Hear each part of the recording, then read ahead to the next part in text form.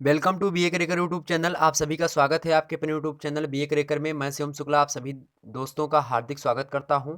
ठीक है दोस्तों, मतलब गर्ल्स बॉयज़ सभी, ठीक है। कोई इसमें आप इसमें सोचने की बात नहीं कि हमने जो है दोस्तों कहा तो दोस्तों मतलब सिर्फ बॉयज़ होता नहीं, बिल्कुल गर्ल्स भी हैं और बॉयज़ भी हैं, ठीक है। चलें, दोस्त में सभी आ जाते हैं। तो गृह विज्ञान के बारे में आज बात करेंगे। बीए फर्स्ट ईयर पेपर 1 अध्याय 3 इकाई 1। तो इकाई 1 का अध्याय 3 है ये वीडियो आज का, जिसके अंतर्गत अमाशय एवं आंतरिक संस्थान के बारे में हम चर्चा करते हैं। ठीक है, आंतरिक संस्थान यानी शरीर के अंदर वाले भाग के बारे में और अमाशय के बारे में, स्टोमक।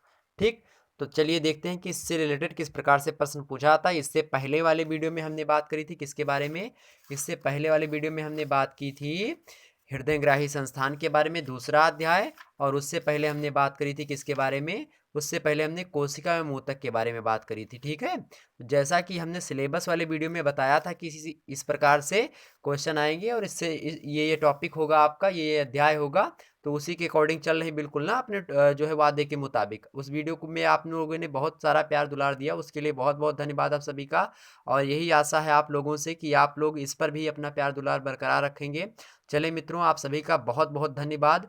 इसी बात को लेकर के वीडियो आगे बढ़ाते हैं कि आप लोग लाइक अवश्य करेंगे, ठीक है, चैनल को सब्सक्राइब करेंगे। और अगर आपको और जैसे आपको मान लिया सोशियोलॉजी, पॉलिटी मतलब राजनीति शास्त्र यानी पॉलिटिकल साइंस जिसको बोलते हैं, हिस्ट्री, उसके बाद में शिक्षा शास्त्र इत्यादि से संबंधित वीडियोस देखनी है तो दूसरा यूट्यूब चैनल है शुक्ला एचडी पॉइंट, उसको सब्सक्राइब कर लेंगे। उस पर आपको ये इससे संबंधित वीडियोस मिल जाएंगे। ठीक है, चलिए आज की वीडियो में हम बात करते हैं चैप्टर 3 के बारे में, अध्याय 3 के बारे में। तो जैसा कि आपको पता होगा कि हमने पहली वीडियो जब हम जो है सिलेबस की वीडियो बताए थे तो उसमें हमने बता दिया था क्या, आमाशय एवं आंतरिक संस्थान से संबंधित 3 प्रश्न हमने बताया होगा उसमें कि जठर रस में कौन सा क्न्यू पाया जाता है, तो क्न्यू कौन सा पाया जाता है, तो इंसुलिन पाया जाता है। दूध को जमने का कार्य कौन सा एंजाइम करता है, इसको भी हमने बताया था। तो दूध को जमने के लिए मतलब कौन सा एंजाइम प्रयोग में लाया जाता है, तो रेनिन। ठीक, ग्लाइकोजन संग्रहित होता है तो किसमें, यकृत में संग्रहित होता है। अब चले हम अगले प्रश्न की ओर बढ़ते हैं। ठीक है, ये मॉडल पेपर के तौर पर आप समझ सकते हैं, इन्हीं में से प्रश्न आएंगे बिल्कुल। अगर मैं बात कर रहा हूँ, सारे वीडियोज आपने देख लिया है, मतलब वीडियो जैसे मैं अपलोड कर रहा हूँ, अगर सारे वीडियो आप देख लेते हैं तो एग्जाम में एक भी प्रश्न आप छोड़ करके बिल्कुल नहीं आएंगे। ठीक है, आप सब करके आएंगे, बस वीडियो को 2 से 3 बार आपको देखना पड़ेगा। ठीक है, और साथ ही साथ एग्जाम टाइम में मैं रिवीजन मोड पर भी कोई चीज़ें करूंगा, कुछ ना कुछ चीज़ आप लोगों के लाऊंगा। ठीक है, रिवीजन के तौर पर। तो ट्रिप्सिन क्रिया करता है, ट्रिप्सिन क्रिया करता है कैसे, प्रोटीन पर करता है, वसा पर, कार्बोहाइड्रेट पर, या फिर खनिज लवण पर, किस पर करता है, तो प्रोटीन पर क्या करता है, ट्रिप्सिन क्रिया करता है। ट्रिप्सिन क्रिया किस पर करता है, प्रोटीन पर करता है। अगला प्रश्न, कौन सा अंग पाचन तंत्र में नहीं है, तो कौन सा अंग पाचन तंत्र में नहीं है, तो फेफड़ा जो होता है वो पाचन तंत्र में नहीं, जबकि आहार नाल, अग्न्याशय और छोटी आंत ये सब पाचन तंत्र के अंग होते हैं। तो पाचन तंत्र के अंग कौन कौन से होते हैं, आहार नाल, अग्न्याशय, छोटी आंत ये सब होते हैं। जबकि फेफड़ा जो होता है पाचन का कार्य नहीं करता, श्वसन का कार्य करता है। अगला प्रश्न है, हाइड्रोक्लोरिक रस पाया जाता है, यानी हाइड्रोक्लोरिक जो अम्ल होता है वो कहाँ पाया जाता है, हाइड्रोक्लोरिक अम्ल का सूत्र होता है HCl। ठीक, तो HCl कहाँ पे पाया जाता है, ध्यान रखेंगे हाइड्रोक्लोरिक जो रस होता है यानी हाइड्रोक्लोरिक जो अम्ल होता है वो अमाशय में पाया जाता है, किसमें, अमाशय में, स्टोमक में पाया जाता है। ठीक, ऑप्शन इसका आ करेक्ट होगा। नीचे यहाँ पे एक प्रश्न छुपा छुपा दिख रहा है, छुपा रुस्तम। देखिए इस छुपा रुस्तम को, बड़ा ही घातक प्रश्न है, ये एग्जाम में जरूर पूछा जाएगा। तो जो पित्त ग्रंथि पाई जाती है कहाँ पे पाई जाती है, यही प्रश्न पूछा गया। तो पित्त ग्रंथि पाई जाती है कहाँ पे, पी से क्या होता है, पित्ताशय। तो पित्त ग्रंथि कहाँ पे पाई जाएगी, पित्ताशय के, कहाँ पे, पित्ताशय में। ठीक है, पित्तरस कहाँ पे इकट्ठा होता है, तो कहाँ पे, पित्ताशय में। पित्त ग्रंथि कहाँ पे, पित्ताशय में पाई जाती है। ठीक, ध्यान रखेंगे इतनी बात को। चलें अगले प्रश्न की ओर बढ़ते हैं, साथ ही साथ कुछ और प्रश्न ध्यान रखेंगे। मनुष्य के शरीर की सबसे बड़ी ग्रंथि कौन होती है, तो यकृत है। मनुष्य के शरीर के सबसे बड़ी ग्रंथि का नाम है यकृत। अस्थाई दांत कितने प्रकार के होते हैं, क्वेश्चन पूछा आता है। तो वो 4 प्रकार के होते हैं। जो प्रश्न एग्जाम में पूछे गए हैं उनको मैं जब जब जो है हमारे दिमाग में आते हैं मैं सारी चीज़ें आपको बता देता हूँ, ठीक है। तो जो मैं जो है क्वेश्चन इसमें यहाँ पे तो दिए ही हैं क्वेश्चन, लेकिन जो प्रश्न पिछले ईयर एग्जाम में पूछे गए हैं पिछले साल इत्यादि पेपरों में, ठीक है, उन वो प्रश्न हम मेरे दिमाग में आते हैं तो मैं पुट अप कर देता हूँ ताकि आपको हो सकता है वही दोहरा दे प्रश्न, ठीक है। तो देखें, तो मनुष्य के शरीर की सबसे बड़ी ग्रंथि है यकृत। अस्थाई दांत कितने प्रकार के होते हैं? तो 4 प्रकार के होते हैं। दांत के कितने भाग होते हैं? दांत के 3 भाग होते हैं, दंत शिखर, दंत ग्रीवा और दंत मूल। ध्यान रखेंगे क्या? दंत शिखर, दंत ग्रीवा और दंत मूल। अस्थाई दांत यानी जिनको दूध का दांत हम बोलते हैं उनकी संख्या कितनी होती है? तो उनकी संख्या होती है 20। ठीक, कितनी संख्या होती है उनकी? चलिए, तो उनकी संख्या कितनी होती है? तो दूध के दांतों की संख्या मनुष्य के जो है दांतों मतलब मुंह के अंदर कितनी होती है? 20 होती है। ठीक, और भी दांतों से संबंधित प्रश्न पूछा था। एक छेदक दांत आपने सुना होगा। छेदक दांतों की संख्या कितनी होती है? फटाफट बताइए, छेदक दांतों की संख्या कितनी होती है? तो छेदक दांतों की संख्या कितनी होती है?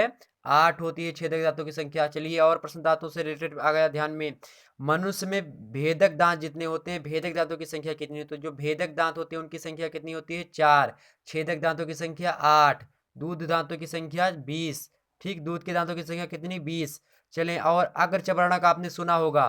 तो अग्रचर्वणक दांतों की संख्या कितनी होती है? फटाफट बताइए, अग्रचर्वणक दांतों की संख्या कितनी होती है? तो अग्रचर्वणक की भी 8 होती है, और छेदक दांतों की भी संख्या कितनी होती है? तो 8 होती है। तो मनुष्य में छेदक दांतों की संख्या कितनी? 8। मनुष्य में अग्रचर्वणक दांतों की संख्या कितनी होती है? 8 होती है। ठीक, मनुष्य में भेदक दांतों की संख्या 4 होती है। चबर्णक दांतों की संख्या कितनी होती है? तो चबर्णक की कितनी होती है? 12। तो 12 चबर्णक दांत होते हैं मनुष्य के शरीर में, मतलब मुंह में। ठीक, तो चबर्णक दांतों की संख्या कितनी है? 12। ठीक, और दांतों का जो शिखर होता है बहुत कड़ा पदार्थ होता है, मतलब बहुत तगड़ा पदार्थ होता है। दांतों का शिखर अत्यंत कड़े पदार्थ से ढका होता है, उसे क्या कहते हैं हम? तो इनेमल कहते हैं। दांत कितने प्रकार के होते हैं? इनेमल, डेल्टाइन, पेक्टिन और रेनिन। ठीक है, दांत 4 जो है तत्वों से मिलकर के बना होता है, इनेमल, डेक्टिन, पेक्टिन और रेनिन। ठीक है, चलिए, अस्थाई दांतों की संख्या कितनी होती है? तो अस्थाई दांतों की संख्या कितनी होती है? 32 होती है। पूछा था अस्थाई दांतों की संख्या कितनी होती है? 32। यानी जो पत्थर के दांत जिसको बोलते हैं आप लोग, पत्थर के दांत कितने होते हैं? 32। कहते नहीं कि तुम्हारे मुंह में 32 दांत हो तो आकर के यहाँ पे दिखा दो। तो 32 दांतों की संख्या मतलब अस्थाई दांतों की संख्या कितनी होती है? 32। जबकि मैं बात करूं तो अस्थाई दांतों की संख्या हमने बात की थी, और अस्थाई दांत किसको कहते हैं हम? तो अस्थाई दांत हम दूध के दांत को क्या कहते हैं? अस्थाई दांत। उनकी संख्या कितनी है? तो उनकी संख्या होती है 20। दूध के दांतों की संख्या होती है 20, और अस्थाई मतलब अस्थाई दांतों की संख्या कितनी होती है? यानी जो पत्थर के दांत होते हैं, यानी जो वास्तविक दांत होते हैं, उनकी संख्या 32 होती है। ठीक, तो दांतों से रिलेटेड इतने प्रश्न आपके सामने थे, हमने आपको बता दिया। ठीक है, चले आगे बढ़ते हैं। ये प्रश्न देखिए, यहाँ पे लगा हुआ है प्रश्न कि लार में कौन सा कण्व पाया जाता है? तो लार में कौन सा कण्व पाया जाता है? तो टाइलिन नामक कण्व पाया जाता है। टाइलिन ऑप्शन इसका करेक्ट है। अगला प्रश्न है कि टाइलिन नामक एंजाइम कहाँ मिलता है? तो टालाइन नामक जो एंजाइम होता है वो मिलता है किसमें? वो मिलता है लार में। किसमें मिलता है? लार में मिलता है। अगला प्रश्न है कि सबसे बड़ी लार ग्रंथि कौन सी है? सबसे बड़ी जो लार ग्रंथि होती है उसको हम कर्णपूर ग्रंथि के नाम से जानते हैं। कर्णपूर ग्रंथि ऑप्शन ए में दिख रही है, करेक्ट आंसर होगा यही। ठीक, तो सबसे बड़ी लार ग्रंथि पूछा गया, सबसे बड़ी लार ग्रंथि कौन सी है? तो पूर्व ग्रंथि। ठीक है, लेकिन अगर पूछा था कि शरीर की सबसे बड़ी ग्रंथि कौन सी है, तो हमने बताया यकृत यानी लीवर। ठीक, अगला प्रश्न देख लेते हैं कि निम्न में से कौन सा एंजाइम अमाशय में मिलता है? तो निम्न में से कौन सा एंजाइम जो होता है अमाशय में मिलता है? तो अमाशय में जो है तमाम एंजाइम मिलते हैं, जैसे कि पेप्सिन हो गया, रेनिन हो गया, लाइपेज। तो पेप्सिन और उसके बाद में लेनिन और लाइपेज। ठीक है, ठीक, तो कितने होते हैं? पेप्सिन, लेनिन, लाइपेज, ये सब किस में पाए जाते हैं? अमाशय में पाए जाने वाले क्या है? एंजाइम है। ठीक, चलें अगले प्रश्न की ओर हम बढ़ते हैं। अगला प्रश्न आपके सामने देखिए, निम्न स्लाइड के सामने प्रस्तुत है।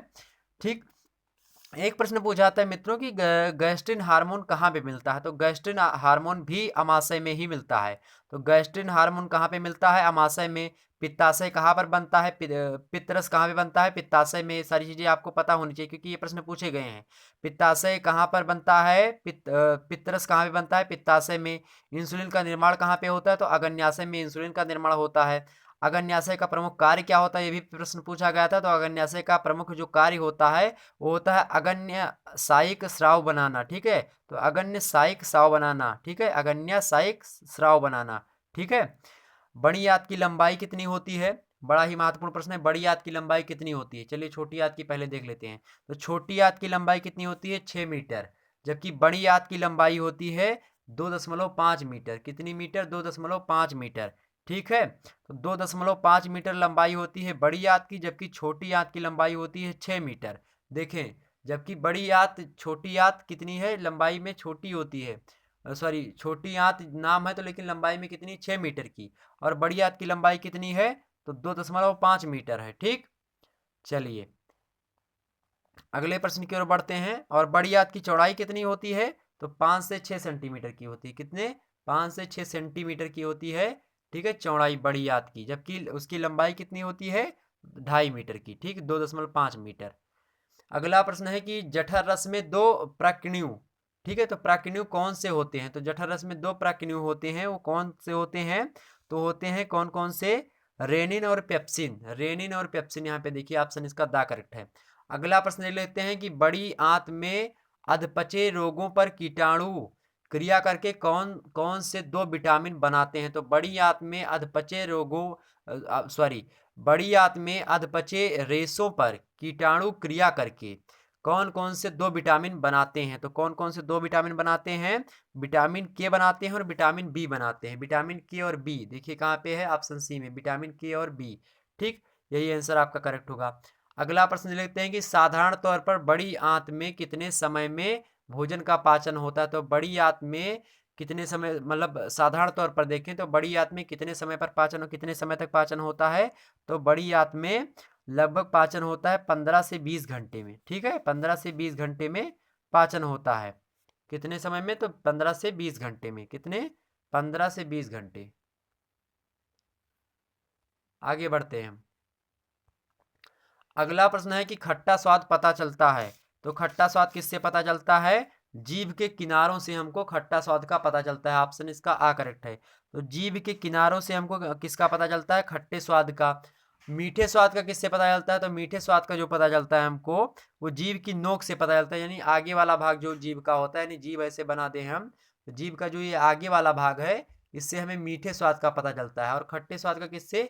तो इसके किनारे भागों से, यानी इससे। ठीक है, इस जीभ वाले इस भाग से क्या होता है? जो है खट्टे स्वाद का पता चलता है। ठीक, कड़वे का कहाँ से? तो एकदम से गले के पास से। कड़वे, कड़वे स्वाद का देखें, अगला प्रश्न ही है। तो कड़वा स्वाद का पता कहाँ चलता है? तो कड़वे स्वाद का पता जीभ के पिछले भाग से। ऑप्शन इसका सी करेक्ट होगा। ठीक है, जीभ का जो पिछला भाग होता है उससे पता चलता है। लाइपेज, लाइपेज क्या होता है? यहाँ देखिए लाइपेज क्या होता है? तो लाइपेज वसा को ग्लिसरीन और वसीय अम्ल में विभाजित करता है। तो वसा को ग्लिसरीन और वसीय अम्ल में विभाजित करता है कि कौन? तो लाइपेज करता है। ठीक, लाइपेज वसा को ग्लिसरीन और वसीय अम्ल में विभाजित करता है। चलिए अगले प्रश्न की ओर बढ़ते हैं हम। अगला प्रश्न है आपका, अमाशय में कौन सा एंजाइम रसवाया जाता है? पेप्सिन। ये सारी चीजें हमने आपको बता ही दी है। ठीक है, अगला प्रश्न है कि शर्करा का नियमन करने में सहायक हार्मोन है। तो शर्करा का नियमन करने में सहायक हार्मोन कौन सा है? तो कौन सा है? एमाइलॉप्सिन, सॉरी, शर्करा का नियमन करने में कौन सा सहायक हार्मोन है? इंसुलिन। इंसुलिन दिया है ऑप्शन में सी। इंसुलिन जो होता है शर्करा का नियमन करने में बहुत ही सहायक हार्मोन माना जाता है। अगला प्रश्न है कि यकृत में बनने वाला रासायनिक पदार्थ जो होता है रक्त को जमने से रोकता है। तो यकृत में बनने वाला रासायनिक पदार्थ को रक्त को जमने से रोकता है, उसे हम क्या कहते हैं? तो यकृत में बनने वाला रासायनिक पदार्थ को जो रक्त को जमने से रोकता है उसे हम क्या कहते हैं? क्या कहते हैं? हिपैरिन। ऑप्शन इसका ए करेक्ट है। अगला प्रश्न है कि एमाइलेज क्रिया करता है। तो एमाइलेज जो होता है क्रिया करता है कहाँ, किस पर करता है? तो कार्बोहाइड्रेट्स पर करता है। कार्बोहाइड्रेट पर करता है कौन? एमाइलेज क्रिया करता है। अगला प्रश्न देखिए कि पाचन तंत्र का कौन सा अंग पोषक तत्वों का अवशोषण करता है। तो पाचन तंत्र का कौन सा अंग पोषक तत्वों का क्या करता है? अवशोषण करता है, यानी शोषित करता है उसको। तो कौन सा शोषण करता है? तो यकृत शोषण करता है। शरीर की सबसे बड़ी ग्रंथि कौन सी है? यकृत है, ठीक है, यानी लीवर। अगले प्रश्न की ओर बढ़ते हैं। अगला प्रश्न है आपके सामने कि इनमें से कौन रक्त में पाया जाता है? तो रक्त में कौन पाया जाता है? तो रक्त में कौन पाया जाता है? हीमोग्लोबिन पाया जाता है। अगली वीडियो में हमने बताया था। तो हीमोग्लोबिन किस में पाया जाता है? रक्त में। हीमोग्लोबिन के कारण ही रक्त का रंग कैसा होता है? लाल होता है, ध्यान रखेंगे, ठीक। और ध्यान रखेंगे यकृत जो होता है पित्त का भी स्राव करता है। यकृत क्या करता है? पित्त का स्राव करता है। पूछा था प्रश्न कि कौन सा अंग पित्त का स्राव करता है? यकृत क्या करता है? पित्त का स्राव करता है। पेप्सिन नामक एंजाइम किसमें स्रावित होता है? तो वो अमाशय में, ठीक है, ध्यान रखेंगे इतनी बात को। आगे बढ़ते हैं हम। अगला प्रश्न है कि लैक्टेज लैक्टोज पर क्रिया करता है और उसे बदल देता है। तो लैक्टेज जो होता है वो लैक्टोज पर क्रिया करता है और उसे किस रूप में बदल देता है? तो उसको ग्लूकोज और गलैक्टोज में बदल देता है। ग्लूकोज और गलैक्टोज में बदल देता है लैक्टेज जब लैक्टोज पर क्रिया करता है। अगला प्रश्न देखते हैं। काइमोट्रिप्सिन काइमोट्रिप्सिन एवं ट्रिप्सिन क्रिया करता है, किस पर करता है? वसा पर, कार्बोहाइड्रेट पर, प्रोटीन पर, या फिर इन सभी पर? सोचिए आप लोग एक बार से। तो काइमोट्रिप्सिन और ट्रिप्सिन किस पर क्रिया करता है? तो प्रोटीन पर क्रिया करता है। किस पर करता है? प्रोटीन पर क्रिया करता है। किस पर क्रिया करता है? तो प्रोटीन क्रिया करता है। जबकि एमाइलेज किस पर क्रिया करता है? तो कार्बोहाइड्रेट्स पर क्या करता है? क्रिया करता है। कौन? एमाइलेज हाइड्रोकार्बोहाइड्रेट पर, ठीक है, एमाइलेज कार्बोहाइड्रेट पर क्रिया करता है, ठीक, ध्यान रखेंगे इतनी बात को। और ट्रिप्सिन किस पर क्रिया करता है? तो ट्रिप्सिन क्या करता है? ट्रिप्सिन प्रोटीन पर करता है, ठीक। देखें ट्रिप्सिन और यहाँ पे देखिए ट्रिप्सिन किस पर करता है? प्रोटीन पर। और काइमोट्रिप्सिन भी किसी पर? प्रोटीन पर ही करता है। अगला प्रश्न है कि पेप्टाइडेज पेप्टाइडेज क्रिया करता है। तो पेप्टाइडेज किस पर क्रिया करता है? किस पर क्रिया करता है? पेप्टाइडेज। तो पेप्टाइडेज करता है वो भी प्रोटीन पर ही करता है। ऑप्शन इसका आ करेक्ट होगा, ठीक है। चलिए अगले प्रश्न की ओर बढ़ते हैं। बताइएगा फटाफट आप लोग। वे अंग जो प्रत्यक्ष रूप से पाचन क्रिया में भाग नहीं लेते वे अंग जो प्रत्यक्ष रूप से पाचन क्रिया में भाग नहीं लेते यानी अप्रत्यक्ष रूप से भाग लेते हैं, इनके बिना भोजन का पाचन नहीं भी हो सकता है, यानी भोजन का पाचन नहीं होगा। लेकिन वो प्रत्यक्ष रूप से भाग नहीं लेते हैं, अप्रत्यक्ष रूप से भाग लेते हैं भोजन को पचाने में। उस प्रकार के अंगों को हम क्या कहते हैं? तो जाहिर सी बात है ऑप्शन में ए में ही दिया है, पाचन क्रिया में सहायक अंग। तो पाचन क्रिया में जो सहायक अंग होंगे वही ना क्या करेंगे? अप्रत्यक्ष रूप से जो है पाचन क्रिया करेंगे। भाई उनके बिना पाचन क्रिया संभव ही तो नहीं है। तो पाचन क्रिया में सहायक अंग होते हैं वे अंग जो प्रत्यक्ष रूप से पाचन क्रिया में भाग तो नहीं लेते, लेकिन इनके बिना वो नहीं है, ठीक। अगला प्रश्न है कि पाचन क्रिया में सहायक अंग कौन कौन से होते हैं? आप जान लीजिए पाचन क्रिया में सहायक अंग कौन कौन से होते हैं। देखिए जब पाचन क्रिया ऐसा तो है नहीं कि किसी एक चीज से जो है उसमें सारी चीजें पच जाती हैं। तो पाचन क्रिया जो है कई अंग होते हैं उसके। जब हमने बताया था कि जब किसी चीज का अंग पूछा जाए, किसी चीज का प्रकार पूछा जाए, या निम्न में से इनके कौन से प्रकार होंगे, ठीक है, जब ऐसी या फिर किसी चीज की विशेषता पूछी जाए तो हमने बताया था कि उपर्युक्त डी सभी आंसर होता है, ठीक है, उपर्युक्त सभी, ठीक है, डी ऑप्शन। तो पाचन क्रिया में सहायक अंग कौन सा है? लार ग्रंथियां भी है, यकृत है, पित्ताशय है, अग्न्याशय है, सब है। ऑप्शन इसका डी करेक्ट होगा, उपर्युक्त सभी। सभी ये जो है पाचन क्रिया में सहायक अंग माने जाते हैं। अगला प्रश्न है कि मुख गुहा का ऊपर का भाग कठोर अस्थि का बना होता है। तो जो मुख गुहा होता है उसके जो ऊपर का भाग होता है वो ऊपर वाला जिसको हम क्या बोलते हैं? तो उसको हम क्या बोलते हैं? उसको हम बोलते हैं तालू। तो जो तालू होता है वो मुख गुहा का ऊपर वाला भाग, यानी मुंह के जो ऊपर वाला दांत के जो ऊपरी भाग होता है, जबड़ा जिसको बोलते हैं अंदर वाला, ठीक, जबड़ा नहीं बोलते उसको, तालू बोलते हैं। तो जो दांत के ऊपर वाला होता है, जीभ उसमें टच करते हैं कभी कभी। तो जो मुंह गुहा का होता है ऊपर वाला भाग वो कठोर अस्थि से बना होता है, जिससे हम क्या कहते हैं? तालू कहते हैं, ठीक है, ऑप्शन इसका आ करेक्ट है, ठीक। अगला प्रश्न है कि तालु जीभ ओठ और दांत तालु जीभ ओठ तथा दांत से घिरे संपूर्ण भाग को क्या कहते हैं? तो तालु जीभ ओठ और दांत से घिरे संपूर्ण भाग को हम क्या कहते हैं? उसको हम मुख गुहा कहते हैं। अभी भी हमने बताया, तो मुख गुहा उसको कहते हैं, ठीक है, कि क्या कहते हैं? मुख गुहा, ठीक, यहाँ पे लिखा है देखिए। इतनी बात समझ में आई? समझ में आई तो फटाफट लाइक करिए वीडियो को, ठीक है। एक बार रिवीजन करेंगे, रिवीजन करेंगे एक बार। चलें रिवीजन कर लीजिए, फटाफट रिवीजन करिए। मुश्किल से 1 मिनट लगना चाहिए रिवीजन करने में आपको। चलिए रिवीजन करते हैं। ट्रिप्सिन क्रिया करता है, ट्रिप्सिन क्रिया करता है किस पर? प्रोटीन पर क्रिया करता है। कौन सा अंग पाचन तंत्र में नहीं है? तो कौन सा अंग पाचन तंत्र में नहीं? फेफड़ा जो होता है वो पाचन तंत्र में नहीं है। फेफड़ा कहाँ है? फेफड़ा जो है पाचन तंत्र का अंग नहीं है, जबकि अग्न्याशय से छोटी आंत आहार नाल है। हाइड्रोक्लोरिक रस पाया जाता है, किसमें पाया जाता है? अमाशय में पाया जाता है मित्रों। और किसमें? अमाशय में। पित्त ग्रंथि पाई जाती है, पित्त ग्रंथि किसमें पाई जाती है? तो पित्ताशय में पाई जाती है पित्त ग्रंथि। अगला प्रश्न फटाफट देखिए, ये रिवीजन हो रहा है आपका, ठीक है। लार ग्रंथि में कौन सा कणु पाया जाता है? तो कौन सा कणु पाया जाता है? कणु टाइलिन नामक कणु पाया जाता है, ऑप्शन इसका।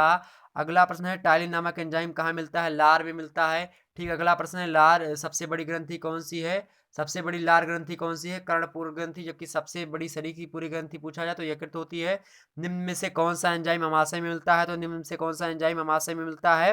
तो पेप्सिन जो है, इतने सारे एंजाइम जो है किसमें मिलते हैं? अमाशय में मिलते हैं।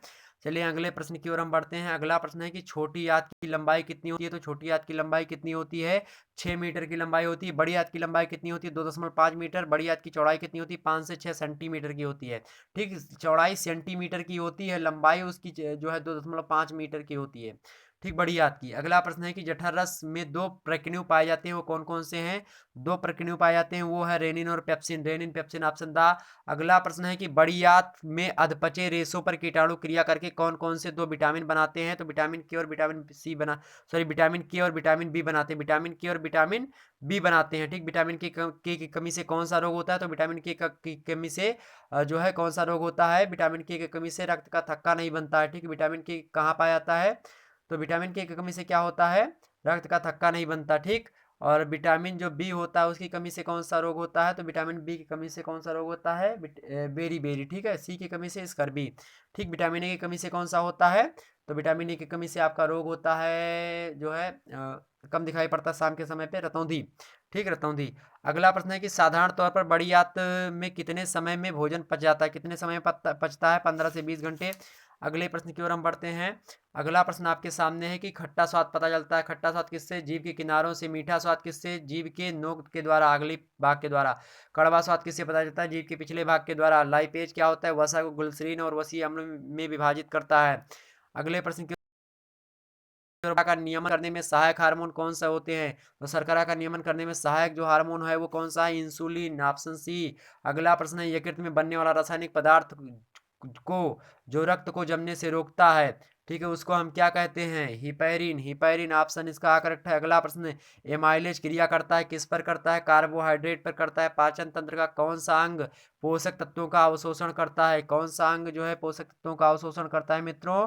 फटाफट बताइए कौन सा अंग? यकृत।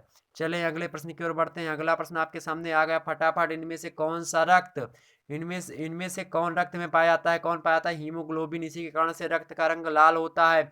लैक्टेज लैक्टोज पर क्रिया करता है और उसे बदल देता है किसमें? ग्लूकोज और गैलेक्टोज में। ऑप्शन इसका करेक्ट है। अगला प्रश्न है कि काइट्रोट्रिप्सिन एवं ट्रिप्सिन क्रिया करता है किस पर? प्रोटीन पर करता है। पेप्टाइडेज क्रिया करता है किस पर? ये भी प्रोटीन पर ही क्रिया करता है। अगला प्रश्न देखते हैं फटाफट हम। वह अंग जो प्रत्यक्ष रूप से पाचन क्रिया में भाग नहीं लेते, लेकिन इनके बिना भोजन का पाचन करना संभव नहीं होता है। पाचन क्रिया के वे सहायक अंग कहलाते हैं। ऑप्शन इसका ए करेक्ट है। अगला प्रश्न है पाचन क्रिया में सहायक अंग कौन कौन से हैं? लार ग्रंथियां, यकृत, पित्ताशय, अग्न्याशय, ये सभी के सभी क्या है? पाचन क्रिया के सहायक अंग है। ऑप्शन इसका डी करेक्ट है। अगला प्रश्न है कि मुख गुहा का जो ऊपर भाग होता है कठोर अस्थियों का बना होता है, उसे हम क्या कहते हैं? उसे हम तालु कहते हैं। ऑप्शन इसका करेक्ट होगा। अगला प्रश्न है तालु जीभ, होठ और दांत से घिरे संपूर्ण भाग को हम क्या कहते हैं? उसी को हम क्या कहते हैं? मुख गुहा कहते हैं। ठीक है, आपने इतना जो है सारा क्या कर लिया? रिवाइज कर लिया फटाफट मोड में। ठीक, चले मित्रों, फिर इसी के साथ हम विदा लेते हैं आप लोगों से। आप लोगों का बहुत बहुत धन्यवाद वीडियो को देखने के लिए। ठीक है, अगले वीडियो में हम बात करेंगे चैप्टर 4 के बारे में, यानी अध्याय 4 के बारे में, जिसके अंतर्गत उत्सर्जन तंत्र के बारे में हम चर्चा करेंगे। किसके बारे में? उत्सर्जन तंत्र के बारे में। और अगला जो 5वां अध्याय होगा वो कौन सा अध्याय होगा? वो होगा श्वसन तंत्र। और 6वां अध्याय कौन सा होगा? तंत्रिका तंत्र। ठीक, 6वां अध्याय कौन सा होगा? तंत्रिका तंत्र। और 7वां होगा मांस एवं अस्थि संस्थान। ठीक, इसी प्रकार से हम और आगे बढ़ते चलेंगे फटाफट मोड में। और उसके बाद में जब 7 अध्याय आपका बीत जाएगा, ठीक, 7वां अध्याय हमने बताया आपको कौन सा है? 7वां अध्याय मांस एवं अस्थि संस्थान। ठीक, और 8वां अध्याय जब आएगा तो इकाई 2 आपकी आ जाएगी। ठीक, तो अभी इकाई 1 ही के अंतर्गत हम 7 अध्याय चर्चा करेंगे। ठीक, चलिए मिलेंगे अगले वीडियो में, तब तक के लिए जय हिंद, जय भारत।